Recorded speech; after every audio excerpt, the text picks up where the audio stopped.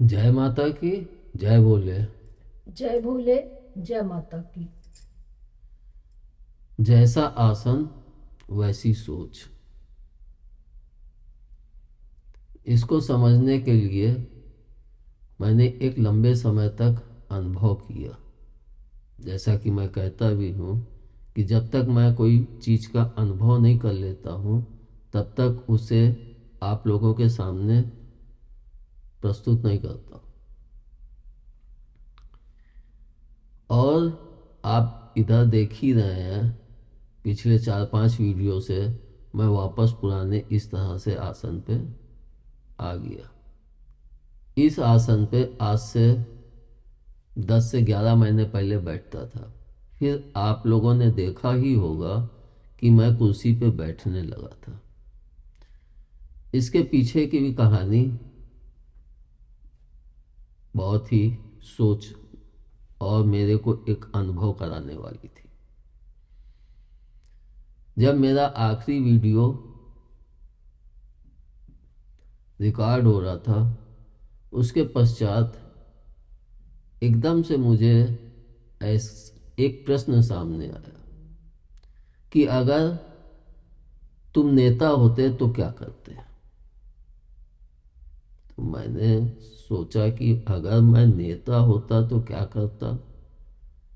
अब मैं इसको सोच तो मैं बोला कि अगर मैं नेता होता तो उसके लिए मैं इस पे बैठ के नहीं बोल सकता कि क्या करता। वह सोच तो तभी आएगी जब हाँ मैं कुर्सी पे बैठा हूँ, वरना वह सोच नहीं आएगी। तब मुझे कि ठीक है कुर्सी पे बैठ के बताओ, सोचो इसका क्या मतलब होगा।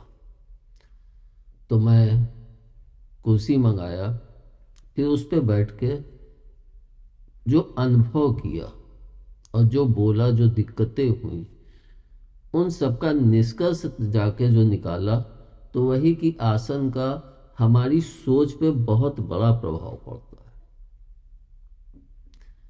जब मैं कुर्सी पे बैठा तब मैं सोचने लगा कि अगर मैं नेता होता तो मैं करता क्या। तो मैंने सबसे पहले यह सोचा कि नेता और कथावाचक या जो भी प्रभु के उसमें जो जनता से जुड़े हुए जो भी कार्य होते हैं, तो दोनों ही कार्य चाहे नेता का हो चाहे कथावाचक का हो या जो स्पिरिचुअल लीडर हैं या जो मोटिवेशन करते हैं, उन सबका जनता से जुड़ाव होता है।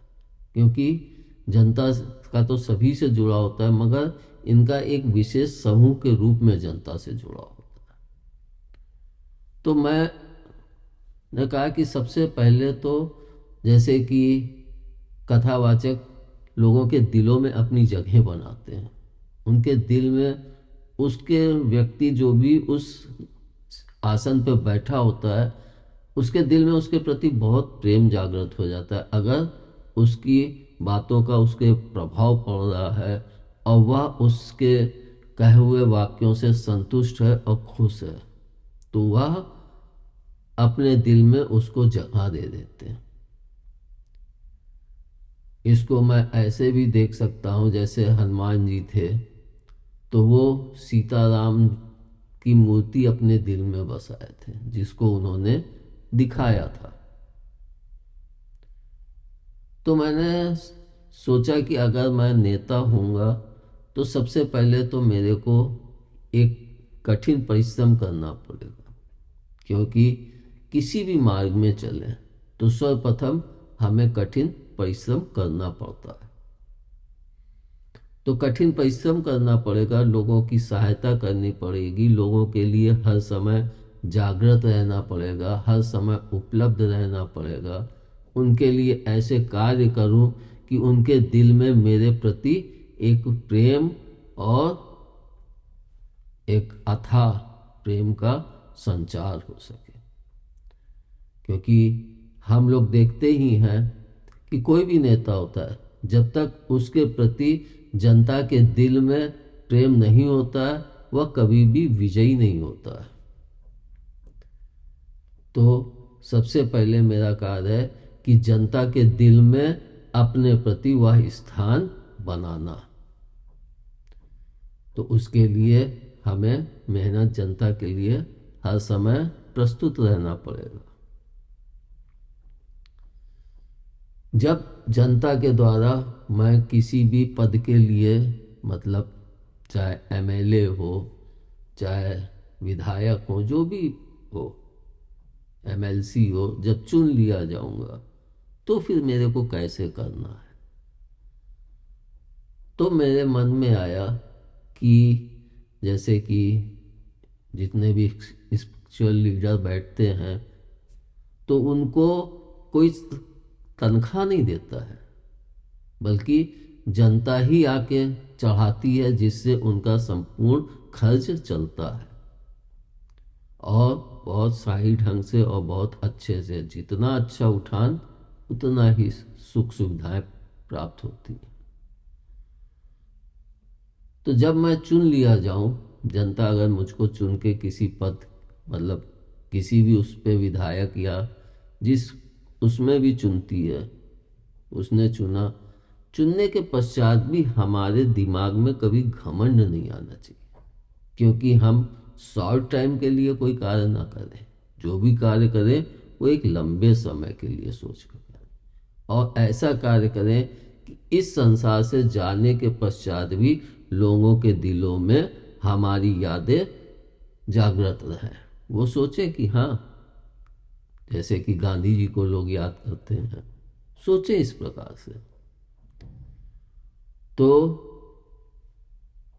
जब चुन लिया जाऊं, उसके पश्चात अगर मुझे सरकार में कोई पद प्राप्त हो जाता है कि आप इस पद पे बैठ के और जनता की सेवा के लिए इन कार्यों को करें, तो प्रत्येक विधायक हो या सांसद हो, उसको सरकार की तरफ से एक तनख्वाह मिलती है। तो मेरे मन में आया कि मैं सरकार से तनख्वाह क्यों लूं, मैं जनता से ही तनख्वाह ना लूं, जिसने मुझे चुन के इस लायक बनाया है, और मैं जनता के हित का कार्य करूं तो वो ज्यादा उत्तम होगा। और अगर जनता ने मुझे चुना है और वो मेरे प्रति वह प्रेम उसके अंदर है, तो मुझे यह विश्वास है कि वह प्रति माह जो भी, अगर एक कोई भी हो 40,000 की पब्लिक के द्वारा या जो भी, तो अगर वो 1 रुपये भी भेजेगी तो कितना बड़ी तनख्वाह हो जाएगी।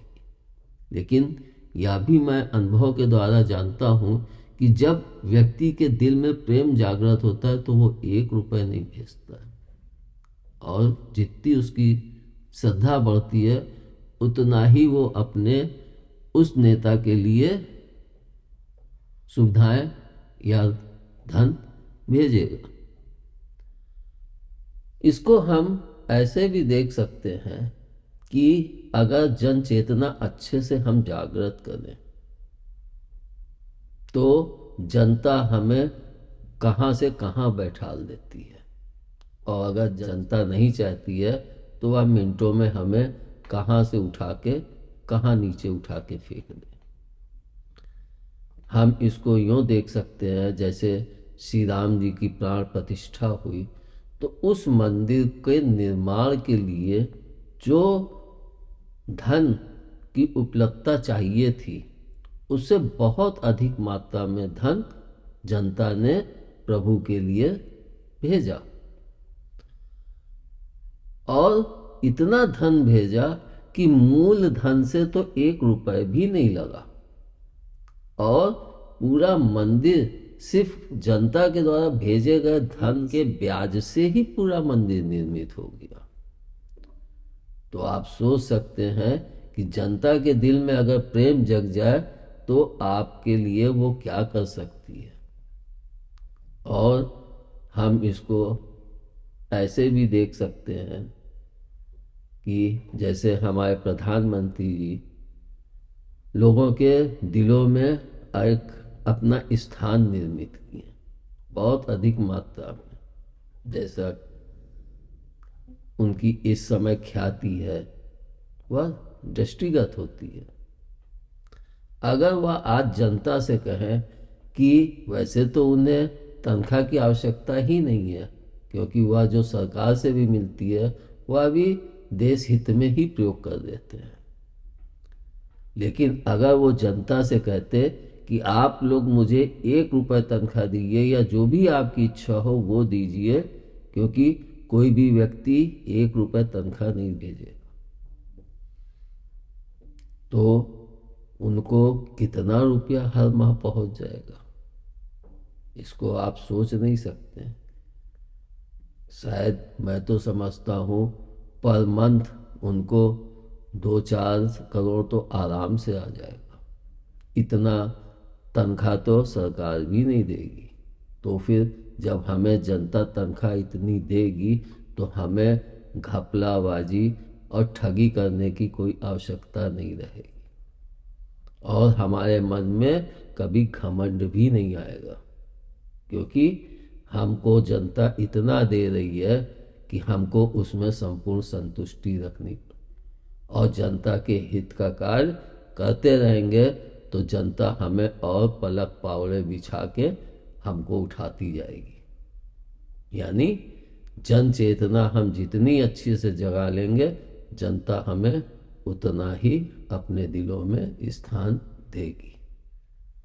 तो जब हमें जनता तनख्वाह देगी तो हम सरकार से कोई तनख्वाह न लें, तो हमारे दिमाग में कभी घमंड नहीं आएगा, क्योंकि तब हमें यही महसूस होता रहेगा कि मैं जनता का नौकर हूँ, ना कि सरकार पर बैठ के और मालिक बन गया, जनता का नौकर। लेकिन हाँ, क्योंकि कार्य करने के लिए हमें गाड़ी और ऑफिस वगैरह चाहिए, वो तो सरकार से लेना पड़ेगा। तो जब इस तरह से अगर जनता हमें जो तनख्वाह देगी और उसमें हमें संपूर्ण शांति भी रहेगी और मेरे मन में कोई लालच भी नहीं आएगा कि मैं इधर से घपला करूं या इधर से, क्यों? क्योंकि मैं जनता का सेवक हूं, तो जनता जो मुझे देगी उसी में प्रसन्न रहना सीखो। फिर इसको सोचा कि इससे हमें और क्या फायदे हो सकते हैं। तो दूसरा फायदा हमें यह समझ में आया कि जैसे कि नेता लोग एक सर्वे कराते हैं कि हमारा लोगों के प्रति क्या रुझान है, किसको खड़ा करें, कौन इस लायक है जो उस सीट पे जीत सके। तो जब हमें जनता तनख्वाह देती है तो हमें सर्वे कराने की कोई आवश्यकता नहीं पड़ेगी, क्योंकि जनता जितनी अधिक मात्रा में धन भेजेगी, मैं यह जानता हूं कि अगर हमें 1 लाख या 50,000 लोग भेज रहे हैं तो वो 50,000 हमारे पक्के वोट हैं। तो जब वो 50,000 हमारे पक्के वोट हैं तो फिर हम आगे उनमें और बढ़ोतरी हुई या उसमें घटोतरी हुई, क्योंकि हर माह या हर वर्ष जैसे कि सभी संस्थाएं अपने 1 वर्ष का लेखा जोखा करती हैं, तो हमें भी लेखा जोखा करना चाहिए। जब हम 1 वर्ष का लेखा जोखा करेंगे, जनता के दिल में जो पहले प्रेम था मेरे प्रति वह है कि नहीं, तो वह जो भेज रही है तनख्वाह के रूप में, उससे हमें संपूर्ण अनुभव हो जाएगा कि जनता के दिल में मेरा प्रेम बढ़ा है या घटा है। अगर घटा है तो क्यों घटा है, फिर मुझे उस कारण को पकड़ना पड़ेगा।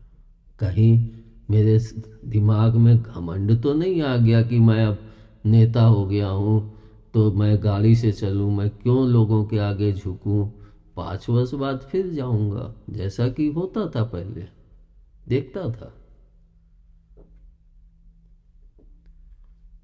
तो इससे हमें सर्वे कराने की भी आवश्यकता नहीं होगी और जनता के दिल में हमारे प्रति कितना प्रेम है वह भी हम संपूर्ण तरीके से समझ पाएंगे। तो यह बात तो हो गई, अगर मैं नेता होता तो क्या करता। फिर तो जनता के लिए ही, जब इस तरह से चलता तो जनता के लिए सेवा करता। जब कथावाचक को जनता इतना सिर पर बैठाल देती है तो नेताओं को भी बैठालती है। और इसको आप देख भी सकते हैं, आजकल हमारे प्रधानमंत्री को जनता कितना बैठा ले, क्योंकि उन्होंने जनता के दिल में अपने प्रेम को जगाया। अब यह तो हो गई नेताजी की बात, अगर मैं नेता होता तो यह करता। लेकिन इसके पश्चात उस कुर्सी पे बैठ के और क्या अनुभव हो सकते हैं, इसको समझने के लिए मुझे एक लंबा समय चाहिए था। इसी कारण से मैं 10-11 महीने पहले जब बैठता था, फिर जब कुर्सी में 10 महीने या 11 महीने बैठा, तो जो अनुभव किया, तो पहला अनुभव मेरे को जो लगा वो अनुभव यह था